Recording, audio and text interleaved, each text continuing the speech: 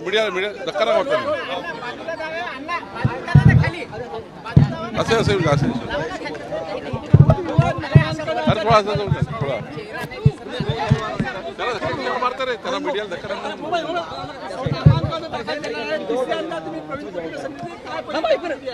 आज भारतीय जनता पक्ष, शिवसेना,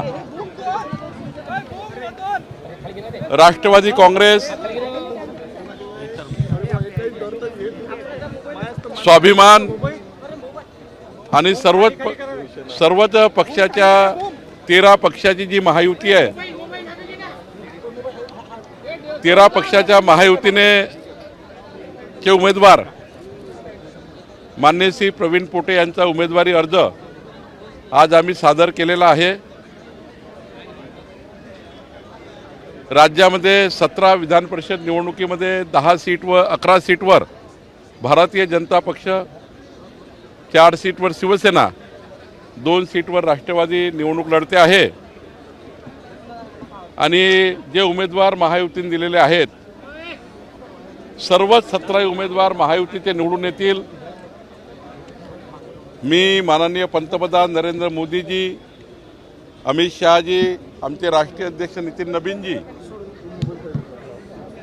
माननीय मुख्यमंत्री देवेंद्र फडणवीसजी, एकनाथ शिंदेजी, सुनेत्रा पवारजी, रवींद्र चव्हाणजी, या सर्वांचे आभार मानतो की यांनी प्रवीण पोटे यांना अमरावती विधान परिषद निवडणुकीचं तिकीट दिलं।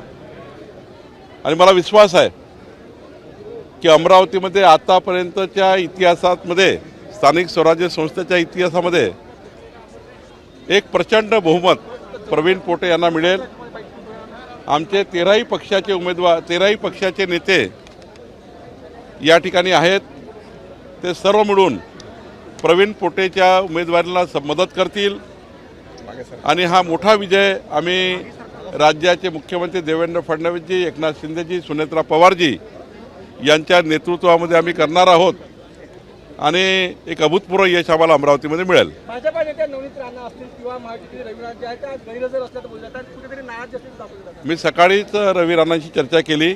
नवनीत राणाजी, रवी राणाजी दोघंही नाही आहेत। मी स्वतः आज त्यांना उमेदवारी अर्ज भरण्याकरता या ठिकाणी घेऊन येणार होतो, पण दोघंही नाही आहेत।